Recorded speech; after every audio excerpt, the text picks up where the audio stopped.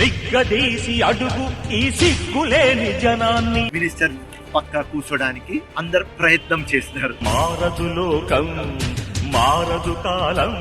నేను వెళ్ళిపోయినా ముందు కూర్చుందామని ఆయన ఉస్మానాద్రి గారు ఆయన నాకు నూకినారు. దేవుడు దిగిరాని ఎవ్వరు ఏమైపోని.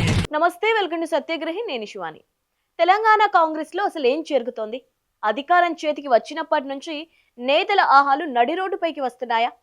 నిన్న మొన్నటి వరకు విభేదాల వరకే పరిమితమైన గ్రూప్ రాజకీయాలు ఇప్పుడు ఏకంగా గాంధీ భవన్ వేదికగా బహిరంగ బాహాబాహికి దారితీశాయా? మారదు లోకం, మారదు కాలం. అవుననే అంటున్నాయి నిన్న గాంధీ భవన్ లో జరిగిన పరిణామాలు. మంత్రులు వేదికపై కూర్చున్నారు, సీనియర్ నేతలు సభలో ఉన్నారు. కానీ ఆ మంత్రుల కళ్ళెదుటే ఇద్దరు కీలక నేతలు ఒకరి చొక్కాలు ఒకరు పట్టుకొని తాడి చేసుకున్నారు. సర్ది చెప్పబోయిన సీనియర్ నేతలు సైతం పక్కకు తోసేస్తూ హస్తం పార్టీ పరువును బజార్న పడేశారు. అసలు గాంధీ భవన్ లో ఏం జరుగుతోంది? ఆ కుమ్ములాటల వెనక ఉన్న అసలు కథ ఏంటి? ఈ రిపోర్ట్ లో చూద్దాం. సీన్ కట్ చేస్తే మే 27 అది గాంధీ భవన్. అక్కడ హైదరాబాద్ పార్లమెంట్ నియోజకవర్గ కాంగ్రెస్ నేతల సమావేశం జరగబోతోంది. అది చాలా ముఖ్యమైన సమీక్ష సమావేశం. గ్రేటర్ ఎన్నికలు, పార్టీ బలోపేతం, క్యాడర్లో ఎలా జోష్ నింపాలి, ఇలాంటి ఇంపార్టెంట్ విషయాలపై మాట్లాడేందుకు, వ్యూహాలకు పదును పెట్టేందుకు ఆ సమావేశం ఏర్పాటు చేశారు. ఈ మీటింగ్ కు మంత్రులు పొన్నం ప్రభాకర్, అజరుద్దీన్లతో పాటు హైదరాబాద్ కాంగ్రెస్ ముఖ్య నేతలంతా హాజరయ్యారు. సమీక్ష ప్రారంభం కావడానికి అంతా సిద్ధమైంది. కానీ కరెక్ట్ గా ఇక్కడే అసలు ట్విస్ట్ మొదలైంది. ఒకరి పక్కన ఒకరు కూర్చున్న చిన్న విషయమై ఇద్దరు నేతల మధ్య ఈగో అడ్డు వచ్చింది. అంతే, అక్కడ సీన్ సితారా అయిపోయింది. నేతలు చేసిన గొడవతో మొత్తం రచ్చరచ్చైంది.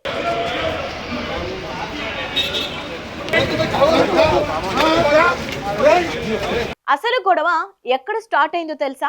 మంత్రి అజరుద్దీన్ పక్కన సీట్లో ఎవరు కూర్చోవాలనే దాని దగ్గర ఫైటింగ్ మొదలు పెట్టారు. కార్వాన్ కాంగ్రెస్ ఇన్ఛార్జ్ ఉస్మాన్, నాంపల్లి నియోజకవర్గ ఇన్ఛార్జ్ ఫిరోజ్ ఖాన్ మధ్య ఈ యుద్ధం జరిగింది. ముందు చిన్నగానే ప్రారంభమైంది. తిట్టుకోవాల్సినంత తిట్టుకున్నారు. నువ్వు పక్కకు జరుగు అంటే నువ్వు పక్కకు జరుగు అంటూ ఇద్దరు ఈగోలకు పోయారు. మంత్రులు చూస్తుండగానే మాటలు శృతిమించాయి, పూతులు లంకించుకున్నారు. అది కాస్త క్షణాల్లో నెక్స్ట్ లెవెల్ కి వెళ్ళింది. మంత్రులు అజరుద్దీన్, పొన్నం ప్రభాకర్ కళ్ళెదుటే ఉస్మాన్, ఫిరోజ్ ఖాన్ ఒకరి చొక్కాలు ఒకరు పట్టుకున్నారు. పిడిగుద్దులు కురిపించుకునే స్థాయికి వెళ్లారు. చివరికి అనుకున్నంత అయ్యింది. ఫిరోజ్ ఖాన్ ను ఒక్క తోపు తోశారు ఉస్మాన్. అప్పటి వరకు మాటల యుద్ధంగా ఉన్న అక్కడ సిచ్యువేషన్ వెంటనే రెజ్లింగ్ రిగ్ గా మారిపోయింది. ఉస్మాన్ నెట్టేయడంతో ఫిరోజ్ ఖాన్ కింద పడిపోగా ఆ తర్వాత కూడా ఉస్మాన్ తో పాటు ఆయన అనుచరులు కూడా వెనక్కి తగ్గలేదు. ఇతర నేతలపై కూడా అంతే దురుసుగా ప్రవర్తించారు. గాంధీ భవన్ వేదికగా సాక్షాత్తు మంత్రుల ముందే ఈ స్థాయి దాడుల సంస్కృతి జరగడంతో అక్కడ ఉన్న క్యాడర్ అంతా ఒక్కసారిగా షాక్ కు గురైంది. ఇది చూసి తట్టుకోలేక కాంగ్రెస్ సీనియర్ నేత, ప్రభుత్వ సలహాదారు వి హనుమంతరావు రంగంలోకి దిగారు. ఏంటయ్యా ఇది? మంత్రుల ముందు ఇదేం పద్ధతి? గొడవ ఆపండి అంటూ పెద్దరికంతో సర్ది చెప్పేందుకు ప్రయత్నించారు. కానీ కోపంతో కళ్ళు మూసుకుపోయిన ఆ నేతలు కనీసం వయసుకి, సీనియారిటీకి కూడా గౌరవం ఇవ్వలేదు. వి హనుమంతరావును సైతం పక్కకు తోసేందుకు ప్రయత్నించారు. దీంతో అక్కడున్న మిగతా నేతలు వెంటనే అలర్ట్ అయ్యి విహెచ్ కు ఏం కాకుండా అడ్డుకున్నారు. ఈ రచ్చ చూసి మంత్రి అజరుద్దీన్ తీవ్ర ఆగ్రహానికి లోనయ్యారు. పార్టీ ఆఫీసులో క్రమశిక్షణ లేకపోవడం, తన ముందే ఇలా కొట్టుకోవడంతో ఆయన కోపంతో ఊగిపోతూ మీటింగ్ ను మధ్యలోనే వదిలేసి అక్కడి నుంచి వెళ్లిపోయారు. పరిస్థితి పూర్తిగా చేతులు దాటిపోవడంతో తీవ్ర అసహనానికి గురైన మంత్రి పొన్నం ప్రభాకర్ ఈ వాతావరణంలో సమీక్ష జరపలేమంటూ సమావేశాన్ని రద్దు చేస్తున్నట్లు ప్రకటించారు. ఇప్పుడు ఈ వ్యవహారం తెలంగాణ రాజకీయాల్లో పెను సంచలనంగా మారింది.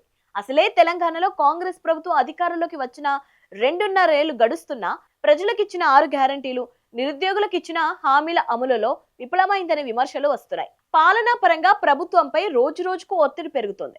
ఇలాంటి క్లిష్ట సమయంలో కాంగ్రెస్ నేతలు ఇలా కొట్టుకోవడంలో ఏ రకమైన సంకేతాలు ఇస్తోంది? నిన్న మొన్నటి వరకు కేవలం గ్రూపు రాజకీయాలకే పరిమితమైన అంతర్గత కుమ్ములాటలు ఇప్పుడు బహిరంగ బాహాబాయికి మారాయి. ఒకరిపై ఒకరు ఫిజికల్ అటాక్స్ చేసుకునే స్థాయికి వెళ్లడం చూస్తుంటే పార్టీలో కంట్రోల్ తప్పిందని ఆ పార్టీ సీనియర్ నేతలే వాపోతున్నారు. ఇలాంటి దాడుల సంస్కృతిని గనక హైకమాండ్ ఇప్పుడే అణచివేయకపోతే సొంత నేతల అహంకారంతో వచ్చే ఎన్నికల్లో కాంగ్రెస్ ఓడిపోవడం గ్యారంటీ అని నిట్టూరుస్తున్నారు. చివరికి అంతా సర్దుకుందని ఏదో చెప్పుకున్నా ఆ ఒక్క ఫైట్ పార్టీకి చేయాల్సినంత డ్యామేజ్ చేసిందనేది వారి వాదన. మరి ఇలాంటి ఘటనలపై కాంగ్రెస్ హైకమాండ్ ఎలాంటి చర్యలు తీసుకుంటుంది? దాడులకు కారణమైన వారిపై క్రమశిక్ష చర్యలు తీసుకుంటుందా? చూడాలి. దీనిపై మీ కామెంట్ ఏంటో తెలియచేయండి. మరిన్ని ఇంట్రెస్టింగ్ న్యూస్ కోసం మా ఛానల్ని ఇప్పుడే సబ్స్క్రైబ్ చేసుకోండి.